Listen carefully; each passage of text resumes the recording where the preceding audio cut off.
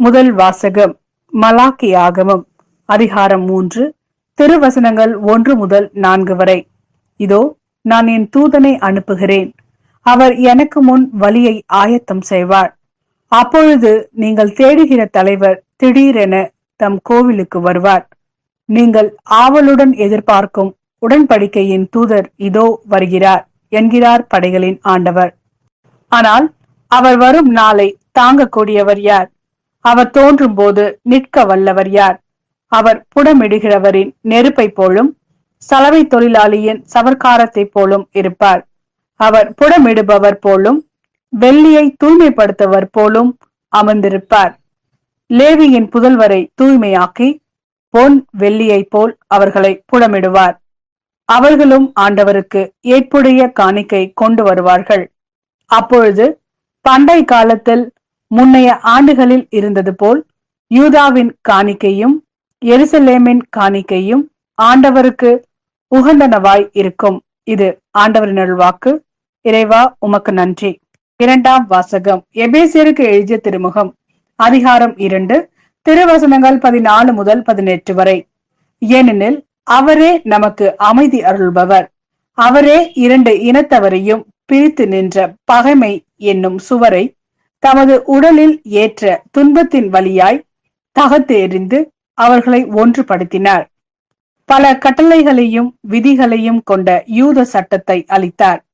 இரு இனத்தவரையும் தம்மோடு இணைந்திருக்கும் புதியதொரு மனித இனமாக படைத்து அமைதி ஏற்படுத்தவே இவ்வாறு செய்தார். தாமே துன்புற்று பகைமையை அளித்தார். சிலுவையின் வழியாக இரு இனத்தவரையும் ஓருடலாக்கி கடவுளோடு ஒப்புரவாக்க இப்படி செய்தார்.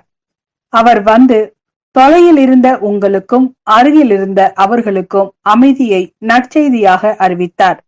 அவர் வழியாகவே இரு இனத்தவராகிய நாம் ஒரே தூய ஆவி மூலம் நம் தந்தையை அணுகும் பேறு பெற்றிருக்கிறோம். இது ஆண்டவரின் அருள்வாக்கு. இறைவா உமக்கு நன்றி. லூக்கா எழுதிய நற்செய்தி அதிகாரம் 2 திருவசனங்கள் 22 முதல் 40 வரை. மோசேயின் சட்டப்படி தூய்மை சடங்கை நிறைவேற்ற வேண்டிய நாள் வந்தபோது குழந்தையை ஆண்டவருக்கு அர்ப்பணிக்க அவர்கள் எருசலேமுக்கு கொண்டு சென்றார்கள். ஏனெனில் ஆண் தலைப்பேறு அனைத்தும் ஆண்டவருக்கு அர்ப்பணிக்கப்படும் என்று அவருடைய திருச்சட்டத்தில் எழுதியுள்ளது.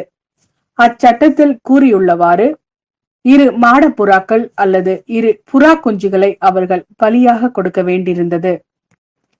அப்பொழுது எருசலேமில் சிமியோன் என்னும் ஒருவர் இருந்தார். அவர் நேர்மையானவர், இறைப்பற்று கொண்டவர், இஸ்ரேலுக்கு வாக்களிக்கப்பட்ட ஆறுதலை எதிர்பார்த்திருந்தவர். தூய ஆவியை அவர் பெற்றிருந்தார். ஆண்டவருடைய மெசியாவை காணும் முன் அவர் சாக போவதில்லை என்று தூய ஆவியால் உணர்த்தப்பட்டிருந்தார். அந்த ஆவியின் தூண்டுதலால் அவர் கோவிலுக்கு வந்திருந்தார். திருச்சட்ட வழக்கத்திற்கு ஏற்ப செய்ய வேண்டியதை குழந்தை இயேசுவுக்கு செய்து முடிக்க பெற்றோர் அதனை உள்ளே கொண்டு வந்தபோது சிமியோன் குழந்தையை கையில் ஏந்தி கடவுளை போற்றி, ஆண்டவரே, உமது சொற்படி உம் அடியான் என்னை இப்பொழுது அமைதியுடன் போக செய்கிறீர். ஏனெனில் மக்கள் அனைவரும் காணுமாறு நீர் ஏற்பாடு செய்துள்ள உமது மீட்பை என் கண்கள் கண்டுவிட்டன. இம்மீட்பே பிற இனத்தாருக்கு வெளிப்பாடு அருளும் ஒளி.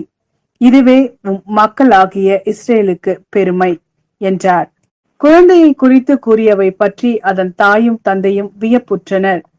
சிமியோன் அவர்களுக்கு ஆசி கூறி அதன் தாயாகிய மரியாவை நோக்கி, இதோ இக்குழந்தை இஸ்ரேல் மக்களுள் பலரின் வீழ்ச்சிக்கும் எழுச்சிக்கும் காரணமாக இருக்கும், எதிர்க்கப்படும் அடையாளமாகவும் இருக்கும். இவ்வாறு பலருடைய மறைவான எண்ணங்கள் வெளிப்படும். உமது உள்ளத்தையும் ஒரு வாள் ஊடுருவிப்பாயும் என்றார். ஆசேர் குலத்தை சேர்ந்த பானுவேலின் மகனாகிய அண்ணா என்னும் இறைவாக்கினர் ஒருவர் இருந்தார். அவர் வயது முதிர்ந்தவர். மணமாகி 7 ஆண்டுகள் கணவரோடு வாழ்ந்த பின் கைம்பெண் ஆனவர். அவருக்கு வயது 84. அவர் கோவிலை விட்டு நீங்காமல் நோம்பிருந்து மன்றாடி அள்ளும் பகலும் திருப்பணி செய்து வந்தார். அவரும் அந்நேரத்தில் அங்கு வந்து கடவுளை புகழ்ந்து எருசலேமின் மீட்புக்காக காத்திருந்த எல்லோரிடமும் அக்குழந்தையை பற்றி பேசினார்.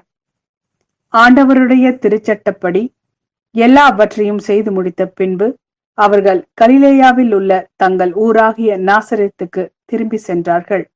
குழந்தையும் வளர்ந்து வலிமை பெற்று ஞானத்தால் நிறைந்து கடவுளுக்கு உகந்ததாய் இருந்தது.